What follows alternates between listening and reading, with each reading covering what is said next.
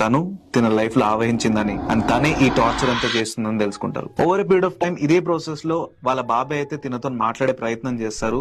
తను అంటదంట, నేను ఎట్టి పరిస్థితిలో ఈ శరీరాన్ని అయితే వదలను అంటదంట. ఈ విషయం నిన్న తర్వాత వారి మమ్మీ చాలా బాధపడిపోయి ఆవహించిన వ్యక్తి ఏదైతే మాట్లాడుతుందో అజయ్ వాళ్ళ బ్రదర్ తన కాలు పట్టుకుందంట, నా కొడుకుని ఎట్లనో వదిలే అని. ఫైనలీ ఆ రిచువల్స్ వల్లనో వాళ్ళ అమ్మ మాట వల్లనో ఒప్పుకుంది, కానీ నీ కొడుకుతోన ఒక 2 గడియల సేపు నేను నగ్నంగా గడుపుతా అన్నదంట. అండ్ అదైతే జరగనివ్వలేదు. వీళ్ళు వేరియస్ రిచువల్స్ అన్ని ఫాలో చేసి ఇవన్నీ నార్మల్ గా క్యూర్ చేసారు, అంతా బానే ఉంది. కానీ 1 మంత్ తర్వాత 2 మంత్స్ తర్వాత వాళ్ళ ఫ్యామిలీ మెంబర్స్ అందరూ ఒక చోట గ్యాదర్ అయ్యారంట. ఈ ఇన్సిడెంట్ గురించి గుర్తు తెచ్చుకుని మాట్లాడుకుంటూ అంతా బానే ఉంది కానీ బాబాయ్ ఈ పిల్ల పేరేంది ఎప్పుడైనా అడిగే ప్రయత్నం చేసినావా అంటే, లేదురా ఇప్పుడు ఎంత సెట్ అయిపోయింది కదా, ఇప్పుడు దాని గురించి ఎందుకు అన్నాడంట బాబాయ్. ఇంతలో అజయ్ వాళ్ళ బ్రదర్ తన వైపు చూసి ఒక చిన్న చిరునవ్వు నవ్వి కావ్య తన పేరు అన్నాడంట. మొత్తం గలగల్లాడుతున్న ఫ్యామిలీ ఈ ఒక్క మూమెంట్ లో సైలెంట్